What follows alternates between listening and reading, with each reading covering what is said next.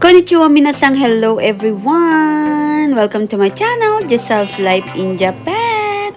And for tonight's video, kasi gabi, is ngayon nga po pala ang flight namin from Japan to the Philippines. Heto, kumakain nga kami ngayon ng ramen after namin mag-check-in and makapasok na sa immigration. Papunta na kami ngayon ng boarding gate. Ayan, at hanggat hindi pa nga nagpapapasok sa eroplano, ayan ang aking anak, ang Japinoy baby natin na si Joichiro. Tingnan nyo naman, naglaro-laro pa talaga ng bonggang-bongga. Kaya sabi ko sa kanyang papa, tingnan-tingnan at baka naman talagang mahulog. Diyos mio Marimar. And this is it, papasok na kami ng eroplano. Ay, Jojan!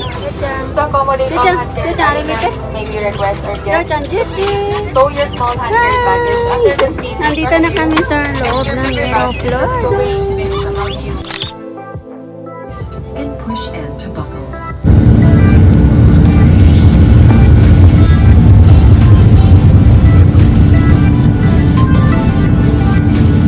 And syempre, snack time ni Baby Jochang. Ninalahan ko talaga siya ng napakaraming mga snacks para hindi siya magligalig sa loob ng eroplano. And para na rin siya is malibang, nagdala ko ng iba't ibang mga kutingting or lalaruanin niya. Para lang talaga hindi siya magligalig.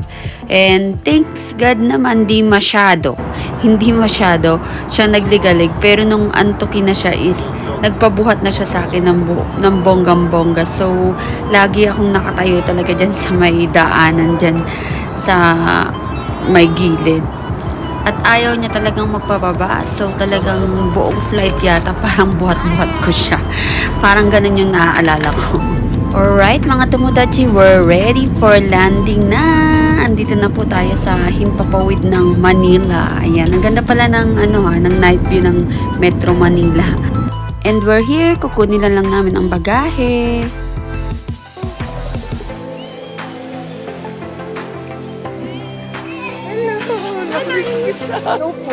Nakalabas na nga po kami ng arrival area and damit ko na rin yung ibang mga sumundo. Andyan din sila mama, yung kapatid ko, pinsan ko. And diretso na rin kami ngayon ng Batangas Port para papunta kami ng Mindoro. And tcharan! Siyempre, itong unang meal namin dito sa Pilipinas. Bida ang sayang. Natawa pa nga ako kay Papapon kasi Asahi super dry pa rin yung beer na binili niya sa 7-Eleven sa Pilipinas. Sabi ko nga sa kanya, nandito ka na sa Pilipinas, dapat matikman mo yung mga local beers. Kasi sa Japan naman, lagi namang maiinom mo yan. O, diba? Kaya yan, medyo nagchika-chika kami about yan. And ayan, nandito na kami sa barko.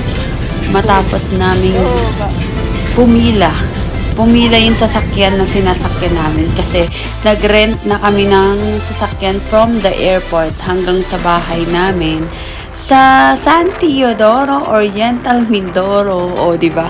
Kompleto. Barangay Ilag. O, para kompletong-kompleto talaga.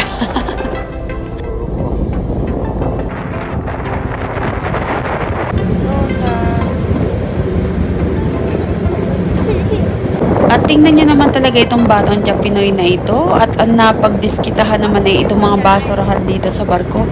Alam nyo ba, enjoy na enjoy siya talaga sa mga basurahan dyan sa Pilipinas.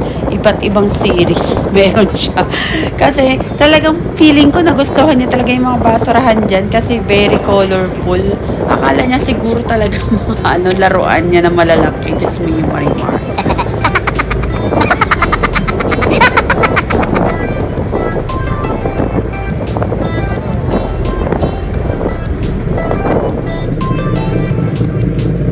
And ayan, nandito na nga po kami sa Port of Calapan. And pamula dito is biyahe naman ulit kami papunta sa San Teodoro ng mga 45 minutes siguro hanggang sa bahay namin. Alright!